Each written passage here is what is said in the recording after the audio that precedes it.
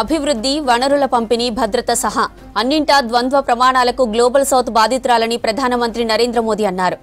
ఐక్యరాజ్యసమితి భద్రతా మండలి వంటి కీలక సంస్థలను ప్రస్తుత అవసరాలకు తగ్గట్టుగా సత్వరం సంస్కరించాల్సిన ఆవశ్యకతను నొక్కి చెప్పారు.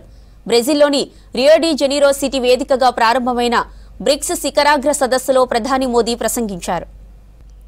20వ శతాబ్దంలో ఏర్పాటైన అంతర్జాతీయ సంస్థల్లో ప్రపంచ జనాభాలోని 2/3 మందికి సముచిత ప్రాతినిధ్యం లభించలేదన్నారు. గ్లోబల్ సౌత్ కు తగిన ప్రాతినిధ్యం లేని ఆ సంస్థలో సిమ్ కార్డును కలిగి ఉన్నప్పటికీ నెట్వర్క్ లేని మొబైల్ ఫోన్ లాంటివని చెప్పారు. పర్యావరణ పరిరక్షణకు ఆర్థిక సహాయం, సుస్థిర అభివృద్ధి, సాంకేతిక లభ్యత వంటి అంశాల్లో గ్లోబల్ సౌత్ దేశాలకు కంటి తుడుపు చర్యలు తప్ప ఏమీ దక్కలేదంటూ ఆవేదన వ్యక్తం చేశారు. నేటి అంతర్జాతీయ ఆర్థిక వ్యవస్థలో ప్రధాన వాటాదారులుగా ఉన్న పలు దేశాలకు నిర్ణయాలు తీసుకునే అధికారం మాత్రం లేకపోవడాన్ని ప్రధాని మోదీ ప్రశ్నించారు.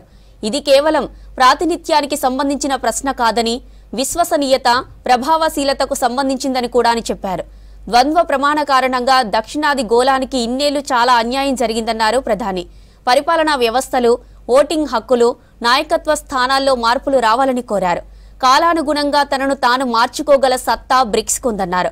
భద్రతా మండలి, ప్రపంచ వాణిజ్య సంస్థ, బహుళపక్ష అభివృద్ధి బ్యాంకుల వంటి సంస్థల్లోనూ ఇదే తరహా సంస్కరణలు చేపట్టాలని పిలుపునిచ్చారు.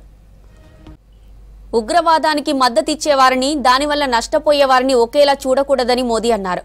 బ్రిక్స్ సదస్సులో భాగంగా శాంతి భద్రతలపై ప్రత్యేక సమావేశంలో మాట్లాడారు.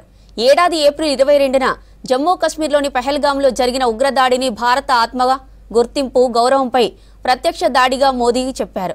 ఉగ్రవాదంపై ఉమ్మడిగా పోరాడదామని పిలుపునిచ్చారు. ఉగ్రవాదులపై ఆంక్షలు విధించేందుకు ఎంత మాత్రమూ సంకోచించకూడదని చెప్పారు. పహల్గాం దాడిని బ్రిక్స్ దేశాలు తీవ్ర స్థాయిలో ఖండించాయి. ఉగ్రవాదాన్ని ఎంత మాత్రం సహించకూడదని చెప్పాయి.